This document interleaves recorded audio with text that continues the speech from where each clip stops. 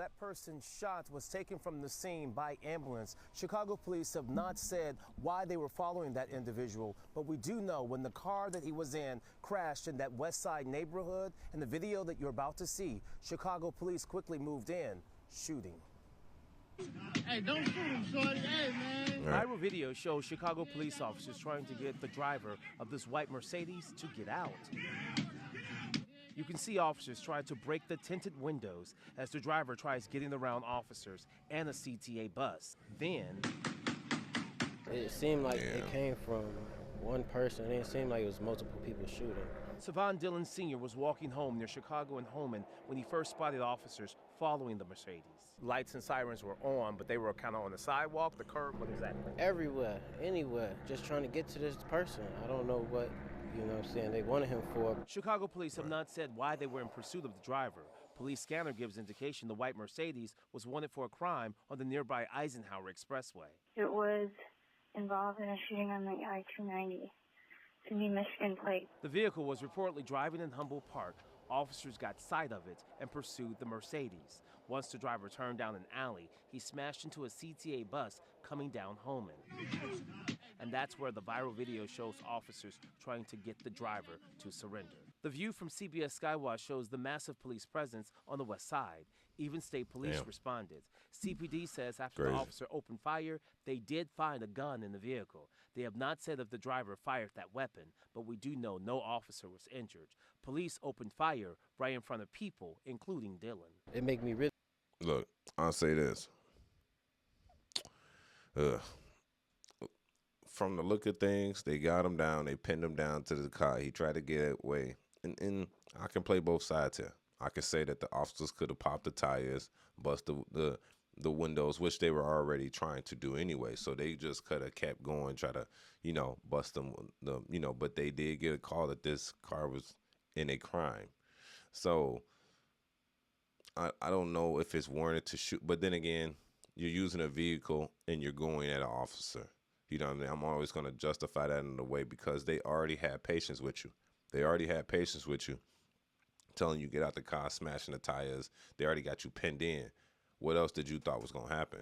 Now, it would be more justifiable if they shot him when they were heading, trying to get out of that pit. You know what I'm saying? He was in that pit where he couldn't get out, but then he went back into the original position he was in, hitting the truck. Then that's when they shot him. You know what I mean? He wasn't going nowhere, but still, it's like tinted car, can't see shit in it. We busting on the car, we telling you get out. You ain't going nowhere. Like, really shooting his ass was probably the only solution. Unfortunately, like, it was probably the only solution in this aspect because of how everything is flowing. Like, bro, look, get out the car. We got you surrounded. We got hella cops out here. You know what I'm saying? Even if you got out of this pit, you in another pit. We got this bitch surrounded for real. So you really just causing damage at this point. And, there's a lot of cops. I'm not saying that they should have shot him. I'm just saying that he is using a vehicle to push his way out the way, even though cops are surrounding him, which feet probably getting ran over, bodies getting squished between other cars. There's people on the car that you're hitting them and you keep ramming the car, the bus. Come on, bro. And the people sitting on the side said, don't shoot him, shorty. Don't shoot him, shorty. And that's facts. Like, because, everybody going to say that. If they see the police doing some shit, they're going to instantly tell the police, don't shoot them. Like, they don't even give a fuck about the situation. Anybody going to say that anyway, right?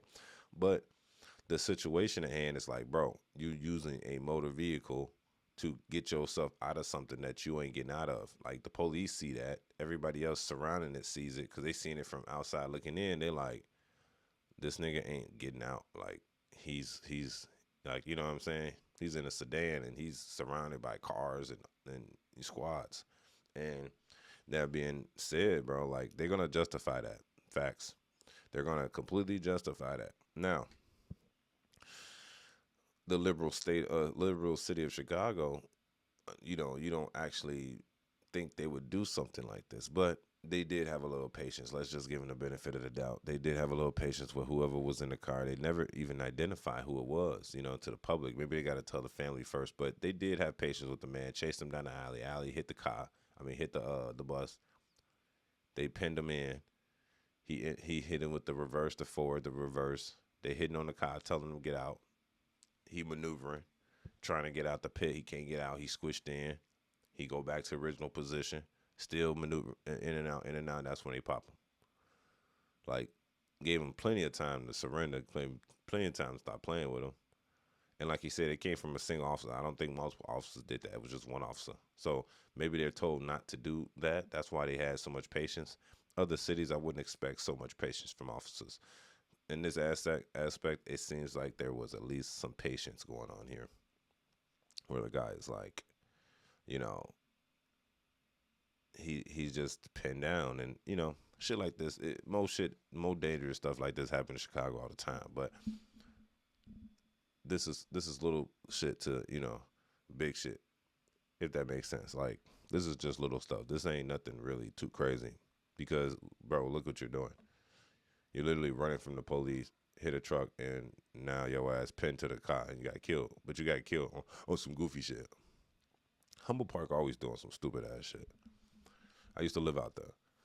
And that's out west. But, like, Humble Park, bro, they always got some goofy shit going on, bro. They already got you, bro. Just let it, you know what I mean? Now you lose your life, too, and now your family got to worry about and take thousands of dollars out their pocket, plan a funeral for your ass because your ass wanted to make a stupid-ass mistake.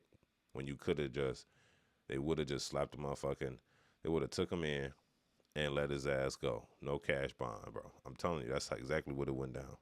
They were like, okay, you ran from the police, get out the car, we pound the car, we take you in. Next you know it, before you see a judge, we're going to put an ankle monitor on you, release your ass back to the public. It's exactly what happened, bro. Unless what you did was a murder or something. You know what I'm saying? Unless, like, if it was just a regular crime, okay. But if it was like a murder, maybe they'll try to, like, hold you. But other than that, bro, even with a murder, bro, they going to still, if they don't have proof, bro, they going to still let you go. I know people that they just put an ankle monitor on, let them back go into the public, bro. That's how Chicago worked. So in this aspect, did he have to be killed? In his eyes, no. In his eyes, no, he didn't have to be killed. He could have just got the car surrendered and he would have been back on the street less than like 5 days, for real. You know what I'm saying? Most likely. But did the officer have to shoot him? Debatable. You know what I'm saying? They gave him hella patience with it. You know, if they were going to do it, I would say do it from the get-go. But the man, he not giving up. So be it, bro. You're using that vehicle to kind of squish us and shit, bro. Like, we ain't got time to play no more. Like, this is a very justifiable offense. This is literally like almost like the Renee Good situation.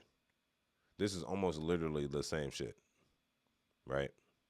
Somebody, but then it's different. She hit, but he was quicker with it. Chicago police had a little bit of more like, you know, restraint. Renee Good kind of just took off, hit the dude, he popped immediately. You know what I'm saying? Because regardless, a vehicle is used as a weapon because it's so heavy and it could puncture your skin and cause deadly harm to you. So that's my opinion. That's my savage take, man. And that's your Savage Report, man. It's your boy Angelo Savage. Don't forget to subscribe. Peace. We out.